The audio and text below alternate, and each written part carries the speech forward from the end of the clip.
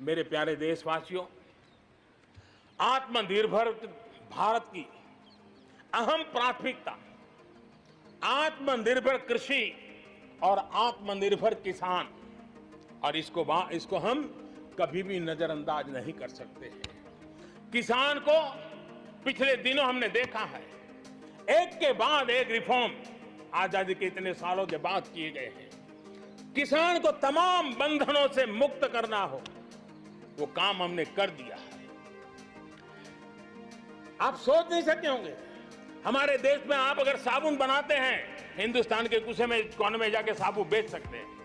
आप अगर कपड़ा बनाते हैं, हिंदुस्तान के किसी कोने में जाके कपड़ा बेच सकते हैं। आप चीनी बनाएं, आप चीनी बेच सकते हैं। लेकिन मेरा किसान, बहुत लोगों को पता नहीं होगा, मेरे देश का किसान जो उत्पादन करता था, न वो अपनी मर्जी से बेच सकता था, न अपनी मर्जी से जहां बेचना चाहता था वहां बेच सकता था। उसके लिए जो दायरा तय किया था वहीं बेचना पड़ता था। उस सारे बंधनों को हमने खत्म कर दिया है। अब हिंदुस्तान का किसान उस आजादी की सांस को ले पाएगा ताकि वो हिंदुस्तान के किसी में भी, दुनिया के किसी भी कोने में अपना माल बेचना चाहता है, वो अपने टर्म्स पर बेच पाएगा।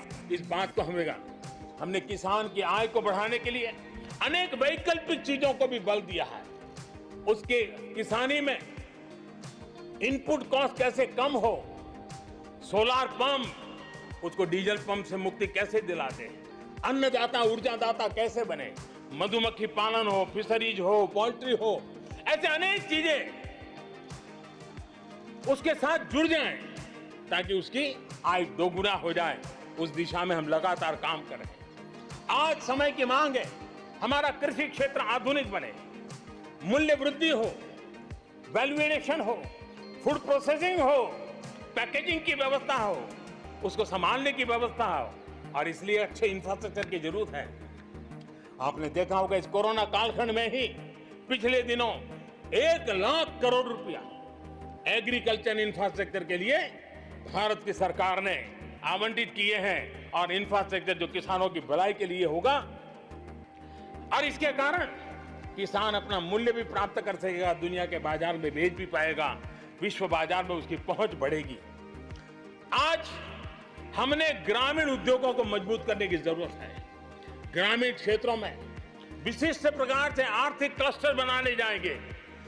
कृषि और गैर कृषि उद्योगों को गांव के अंदर एक जाल बनाई जाएगी, और उसके कारण उसके साथ साथ किसानों के लिए जो नई एफपीओ हमने बनाने का, किसान उत्पादक संघ बनाने का जो हमने कोशिश की है, वो अपने आप में एक बहुत बड़ा इकोनॉमिकल एम्पावरमेंट का काम करेगा। भाइयों बहनों, मैंने पिछली बार यहां पर जल जीवन मिशन की घोषणा की, आज उसको 1 साल हो रहा है। मैं आज गर्व से कह सकता हूं कि जो हमने सपना लिया है कि पीने का शुद्ध जल, नल से जल हमारे देशवासियों को मिलना चाहिए। स्वास्थ्य की समस्याओं का समाधान भी शुद्ध पीने के जल से जुड़ा हुआ होता है। अर्थव्यवस्था में भी उसका बहुत बड़ा योगदान होता है, और उसको लेकर के जल जीवन मिशन शुरू किया।